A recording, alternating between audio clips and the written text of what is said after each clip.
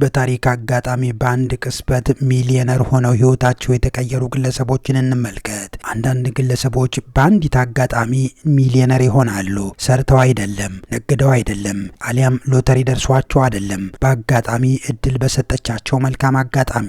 በዛሬው ጥንቅራችን በቅጽበት ቢሊዮነር የሆኑ ግለሰቦችን እንመለከታለን። ቻናላችን አዲስ ከሆኑ ሰብስክራይብ በማድረግ ቤተሰብ ይሁኑ።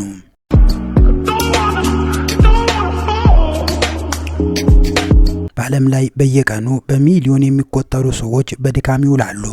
ጥቂቶቹ ደግሞ በአንድ ጀንበር ህይወታቸው ይቀየራል። እድል የምትባለው ነገር መቼና የት እንደምትመጣ ማንም አያውቅም። ዛሬ የምናያቸው ታሪኮች ልብ ወለድ አይደሉም።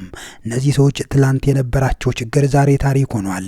ምናልባት ይህንን ተንቀሳቃሽ ምስል ካያችሁ በኋላ እናንተም ዙሪያችሁን ወይም ጓሯችሁን በሌላ አይን ማየት ትጀምሩ ይሆናል።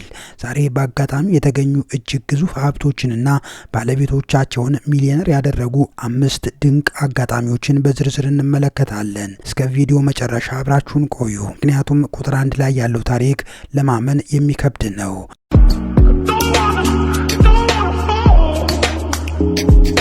አምስተኛ፣ ግቢያቸው ውስጥ ለረጅም ዓመታት ተቀብሮ የኖረው ግዙፍ ገንዘብ። ታሪካችን የሚጀምረው በ2013 በካሊፎርኒያ ግዛት ነው። ጆንና ሜሪ ተብለው የሚጠሩ ባልና ሚስት በቤታቸው ውስጥ ውሻቸውን እያንሸራሸሩ ነበር። ይህ አጋጣሚ ግን ድንቅ ስጦታን ይዞላቸው መጥቷል። ውሻቸውን እያንሸራሸሩ ባለበት ሰዓት ለዘመናት በግቢያቸው ውስጥ ተቀብሮ የነበረ ሀብት ብቅ ማለት ጀምሯል። ይህ ቦታ ለዓመታት ሲረግጡትና ሲጓዙበት የነበረ ተራ መሬት በቅጽበት ቢሊዮነር አደረጋቸው። ሚስትየው በድንገት ዛፍ ስር የወጣች አንድ ያረጀች ቆርቆሮን አየች። ባሏን ጠርታ ቆርቆሮዋን ለማውጣት ሞከሩ። ቆርቆሮዋ በጣም ከባድ ነበረች። መጀመሪያ አካባቢ ይቺ ቆርቆሮ ተራ ቆርቆሮ አሊያም አሮጌ ወይም ደግሞ ሌላ ቆሻሻ ነገር የተቀበረባት መስላቸው ነበር። ሆኖም ግን ቆርቆሮዋን ካወጡ በኋላ ህይወታቸውን የሚቀይር ውድ ስጦታ እንደሆነ መረዳት ችለዋል። መጀመሪያ አንዱን ቆርቆሮ አውጥተው ከፍተው ሲመለከቱ በውስጡ ብዙ የሚያብረቀርቁ የወርቅ ሳንቲሞችን ተመለከቱ። ባልና ሚስት ሌሎች ቆርቆሮዎችም ሊኖሩ ይችላሉ በሚል መቆፈር ጀመሩ። በአጠቃላይም 8 ቆርቆሮዎችን አወጡ። በውስጣቸውም 1427 የወርቅ ሳንቲሞች ተከማችተው ነበር። እነዚህ ሳንቲሞች ከ1847 እስከ 1894 ባለው ጊዜ ውስጥ የተሰሩና አንድም ጭረት የሌለባቸው ወይም ሚንት ኮንዲሽን የሚባሉ ነበሩ። እነዚህ ሳንቲሞች በጣም ውድ ሳንቲሞች ነበሩ። እነዚህ የወርቅ ሳንቲሞች በወቅቱ የነበራቸው ዋጋ $27,000 አካባቢ ቢሆንም ሰብሳቢዎች ግን ይህ የታሪክ አካል ነውና ሳንቲሞቹ ዋጋቸው ውድ ነው ሲሉ ከፍተኛ ዋጋ ተመኗቸው። ሳንቲሞች በጥራታቸውና በታሪካቸው ምክንያት $10 ሚሊዮን ተገመቱ። እነዚህ ሰዎች ለብዙ ዓመታት በቢሊዮን ብር ላይ ሲራመዱ እንደነበር አሰቡ። ይህ ታሪክ ሳድል ሪጅ ሆርድ በሚል ስም በታሪክ መዝገብ ላይ ሰፍሮ ይገኛል። ውሻቸውን በሚያንሸራሽሩበት ቅጽበት ታሪካቸው የተቀየረው እነዚህ ባልና ሚስቶች በቢሊዮን የሚጠጋ ገንዘብን ከግቢያቸው ውስጥ ማፈስ ችለዋል።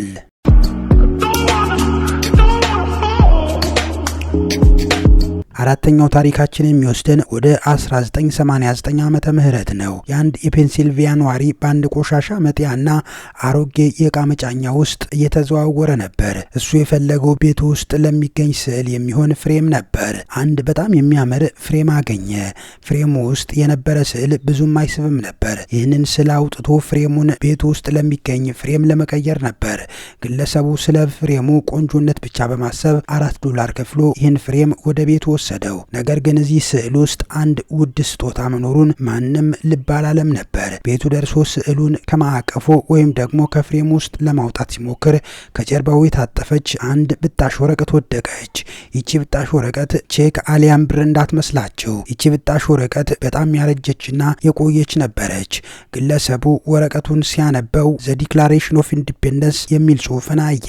ይህ ወረቀት በ1776 ዓመተ ምህረት አሜሪካ ከእንግሊዝ ነጻነቷን ስታውጅ በታተሙት የመጀመሪያዎቹ 200 ቅጂዎች ውስጥ አንዱ ነበር። ግለሰቡም ወረቀቱን ለባለሙያዎች አሳየ። ባለሙያዎችም ይህ ኦሪጂናል ቅጂ ነው በማለት አረጋገጡ። ይህ $4 የተገዛው የስዕል ፍሬም ውስጥ የተገኘ ወረቀት በሐራጅ $2.4 ሚሊዮን ተሸጠ። ይህ ግለሰብም የ$2.4 ሚሊዮን ባለቤት ሆነ ማለት ነው። ለአንድ ፍሬም $4 አወጣ። ግለሰቡ ግን በቅጽበት $2.4 ሚሊዮን ማፈስ ችሏል።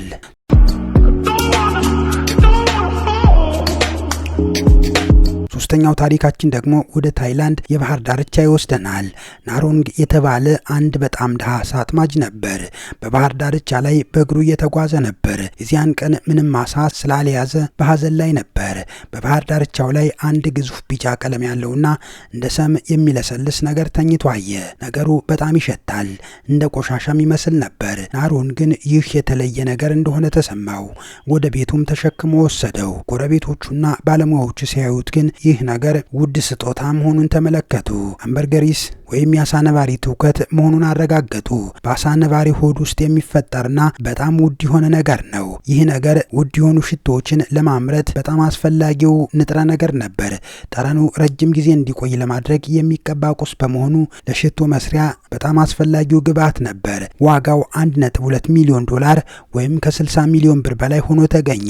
ይህ ድሃ አሳ አጥማጅ በአንድ ጀንበር ከድሃ አሳ አጥማጅነቱ ወደ ሚሊዮነርነት ተሸጋገረ።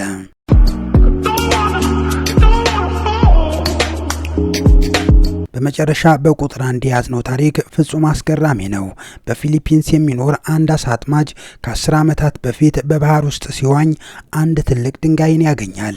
ድንጋዩ በጣም ስለሚያምር ለእድል ይሆነኛል አሊያም ለጌጥ ይሆነኛል ብሎ አልጋው ስራ አስቀመጠው። ሰውየው ይህንን ድንጋይ ለ10 ዓመታት አልጋው ስራ አስቀምጦት ቆየ።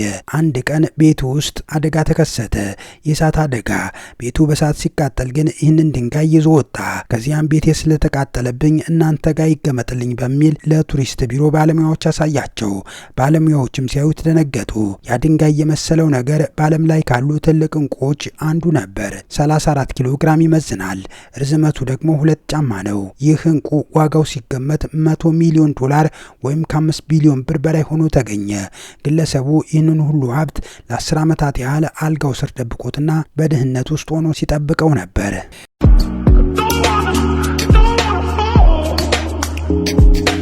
እንግዲህ እንዳያችሁት ሀብትና እድል ከማንጠብቃት ቦታ ላይ ሊገኙ ይችላሉ። ምናልባት እናንተም ዛሬ ናቃችሁት አሮጌ ዕቃ ወይም በጓሯችሁ ያለ ድንጋይ ትልቅ ዋጋ ይኖረው ይሆናል። ከነዚህ ታሪኮች ውስጥ ይበልጥ ያስገረማችሁ የትኛው ነው? ሀሳባችሁን በኮሜንት አጋሩን። ቪዲዮን ከወደዳችሁት ሰብስክራይብ በማድረግ ቤተሰብ ይሁኑ።